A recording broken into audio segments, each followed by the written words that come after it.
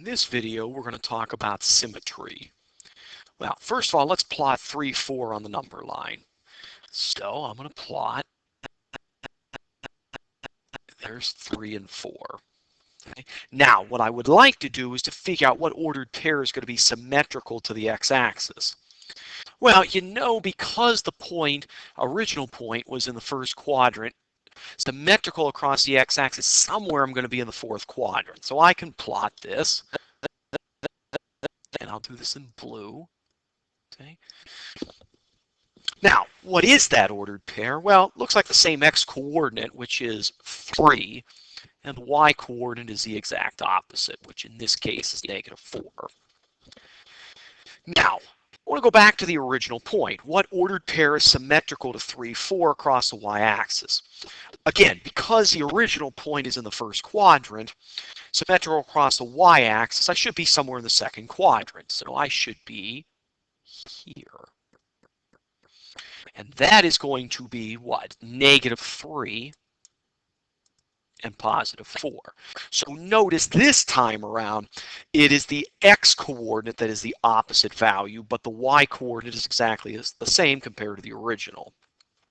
So now I'm going to go back. I am going to now see what ordered pair is symmetrical to 3, 4 in the origin. Again, because the original point is in the first quadrant, across the origin, I should be somewhere in the third quadrant. So I should be about here. And that ordered pair is -3, -4. So notice it's both the x and the y coordinates where they're opposites compared to the original point. So now then, we can do the same thing with equations. So the graph of the equation is symmetrical with respect to the y-axis if substituting -x for x in the equation results in an equivalent equation. The graph of the equation is symmetrical with respect to the x-axis if substituting -y for y in the equation results in an equivalent equation. The graph of the equation is symmetrical with respect to the origin if substituting -x for x and -y for y in the equation result in an equivalent equation. All right, so now I want to determine whether the graph is symmetrical across the x-axis, the y-axis, or the origin. All right, so the first thing I will check then is the x-axis. So what does that mean? I'm going to replace y with -y.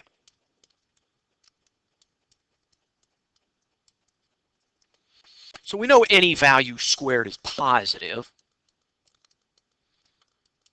So when I simplify, it's exactly the same as the original equation. Therefore, it is symmetrical across the x-axis. So I'll write this at the end. All right, let's check the y-axis now. Remember, I got to replace x with -x and simplify. So let's do that.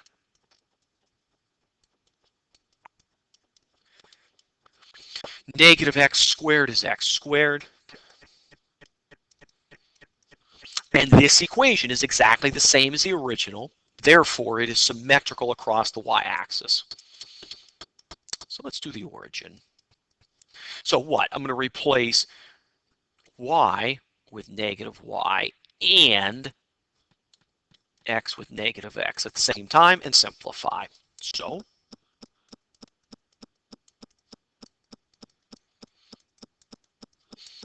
again, same deal here. Okay, so let's write. So the equation is symmetrical across the x-axis, y-axis, and the origin.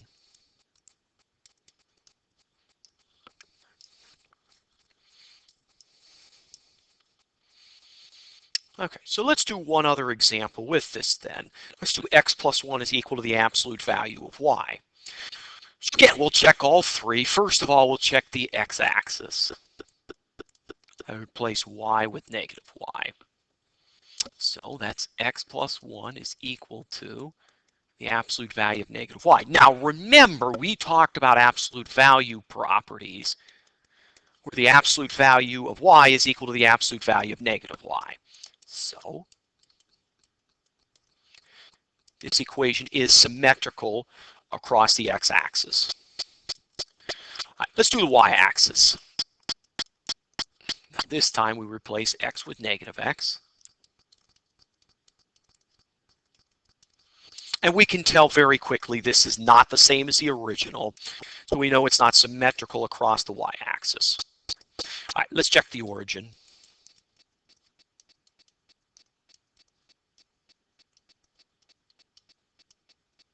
Okay. All right, so plug in for both.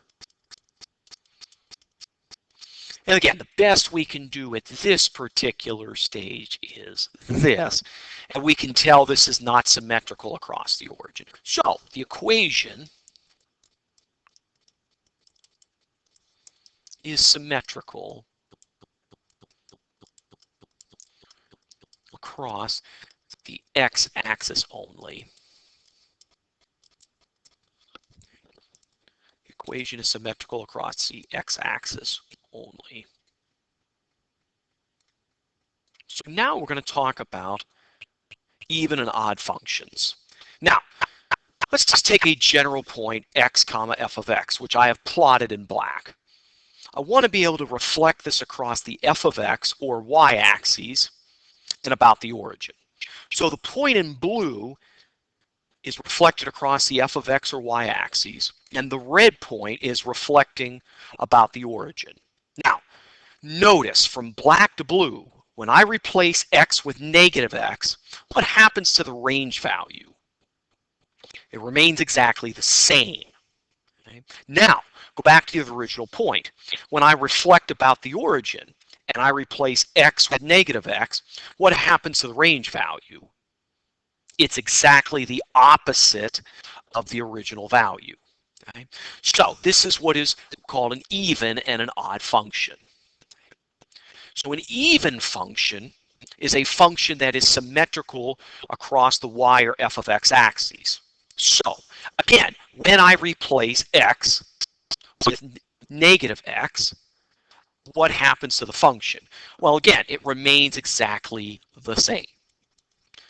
Okay? So a function f is even if f of negative x equals f of x for all x in the domain of f.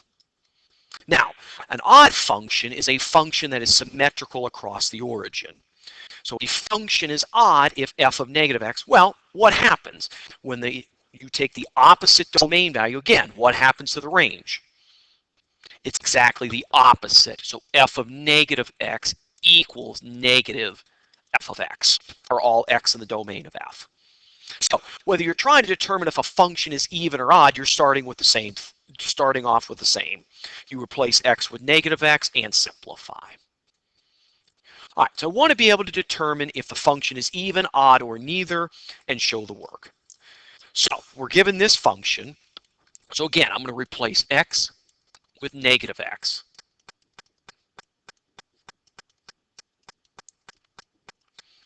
Negative x cubed is negative x cubed minus x to the fifth. Now, we certainly know this is not an even function, is not the same as the original. Now, let's divide out a negative 1. If I take out or factor out a negative, that leaves me with x cubed plus x to the fifth. Now we're talking about it being the exact opposite of the original function. Because it's the exact opposite, we know this is an odd function.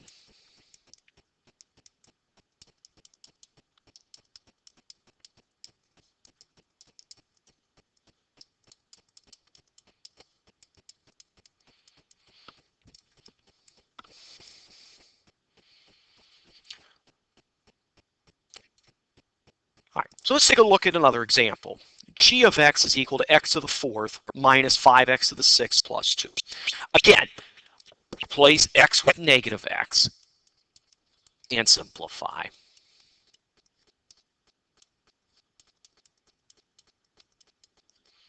Negative x to the fourth is x to the fourth. Negative x to the sixth is x to the sixth times negative 5. That's negative 5x to the sixth plus 2. Now, notice this is exactly the same as the original function, so this function is even.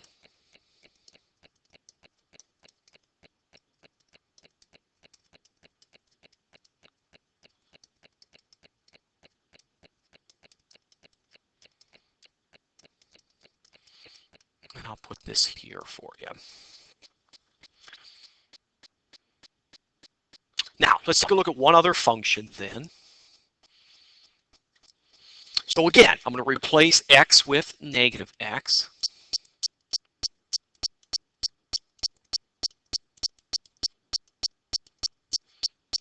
And simplify. That's negative x cubed plus 3x squared plus 1.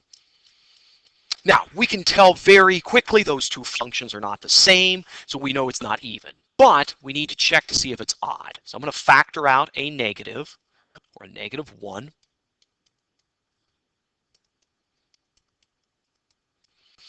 When I factor out the negative or negative 1, notice even inside the parentheses, that does not match.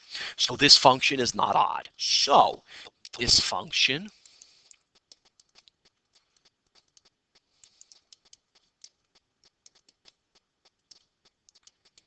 is neither, since f of negative x does not equal f of x, and f of negative x does not equal the opposite of f of x.